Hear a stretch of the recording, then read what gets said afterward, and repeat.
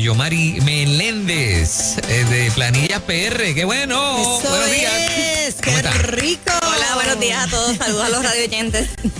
Qué bueno tenerte acá, Yomari, una vez más, una semanita más, ¿verdad que sí? Eso es así. Licenciada, si no recibí el estímulo económico de Trump, ¿puedo reclamarlo en la planilla del 2020 anejo B3? Claro que sí. Muchas personas han estado llamando o escribiendo mensajes porque no han recibido tanto los 1,200, ¿verdad? Que se supone que se recibieran durante finales del 2020 y ahora los 600, o los recibieron incompletos, porque, por ejemplo, se recibían también por los dependientes y habían niños nacidos durante el finales de año o principios de este año, y tanto el gobierno federal como el estatal no tenía ese tipo de información y o no recibieron nada o lo recibieron incompleto o incorrecto.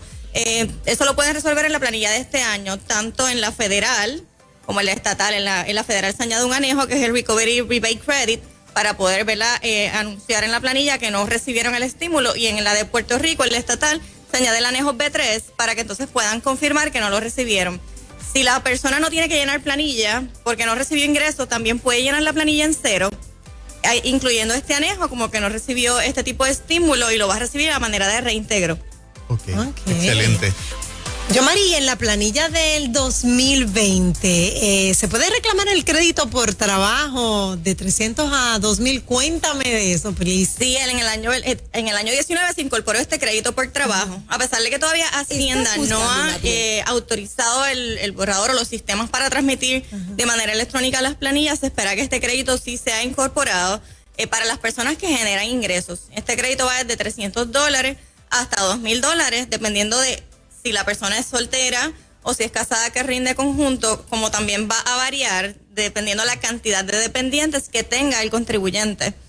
¿Verdad? Un contribuyente, para que cualifique para este crédito, debe tener entre 27 a 64 años de edad y haber recibido o devengado ingresos de salarios recibidos en una W2 o incluye también pensiones, que viene en un formulario que se llama la 487C. Si cualifica dependiendo de los ingresos devengados, que hay unos límites. Mientras más dependientes tenga, parecido a la planilla federal que se conoce como el Earned Income Credit, también puede recibir esta cantidad. Va desde 300, que es el mínimo, hasta $2,000. En el caso, yo no sé, los políticos a veces se las arreglan, no sé si ha habido alguna reforma. Hay gente que da diezmo a las iglesias, un donativo. Es correcto. O a empresas sin fines de lucro, alguna organización sin fines de lucro. ¿Todavía eso es deducible de la planilla?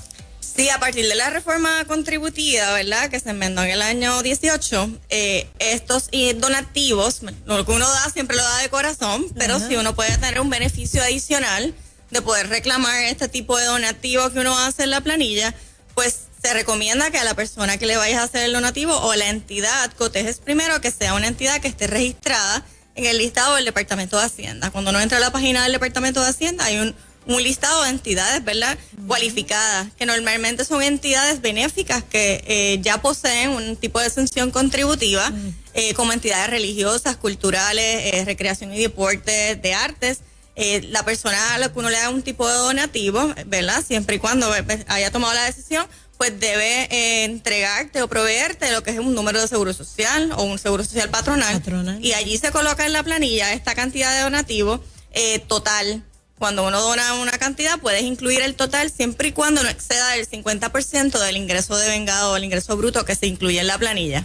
O sea, que tiene que tener la exención contributiva, obviamente, si está bajo o Hacienda. estar en el listado, ¿verdad? Okay. Normalmente, pues, entidades religiosas como iglesias, tipos de hospitales, escuelas, preescolares, ya están en estos listados. Lo importante es que la persona coteje antes, que esté allí para que pueda incluirlo en su planilla, porque lo puede incluir de cualquier manera si no coteja. Lo que pasa es que puede llegar rechazado por un error matemático. Entonces Hacienda lo ajusta hacia atrás. Licenciada, ¿va a haber prórroga?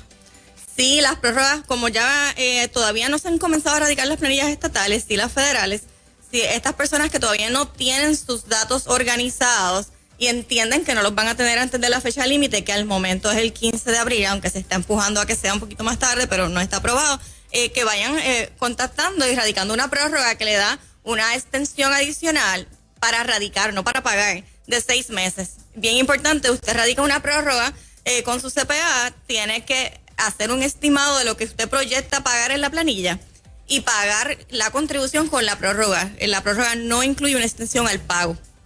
Excelente, ya lo escucharon mi gente. CPA Yomari Meléndez tiene un excelente equipo de trabajo, muchachos, allí, todos jovencitos. ¿Cómo cuántas personas trabajan allá? Bueno, en la oficina ahora mismo vemos 9, sí, casi 10, porque hay un part-time.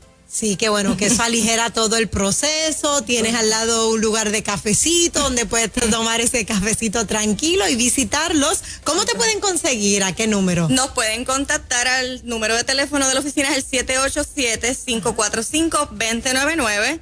Al email es info@prplanillas.com y todas las preguntas las pueden enviar al inbox de Facebook CPA Yomari Meléndez _Planillas PR. Nos consiguen en Instagram también. Muy bien, no hay por qué preocuparse, muchachos. Allí te buscan la alternativa, te buscan la vuelta y todas estas cositas, así que tranquilo.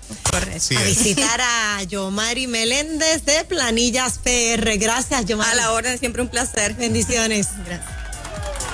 ¿Estás buscando una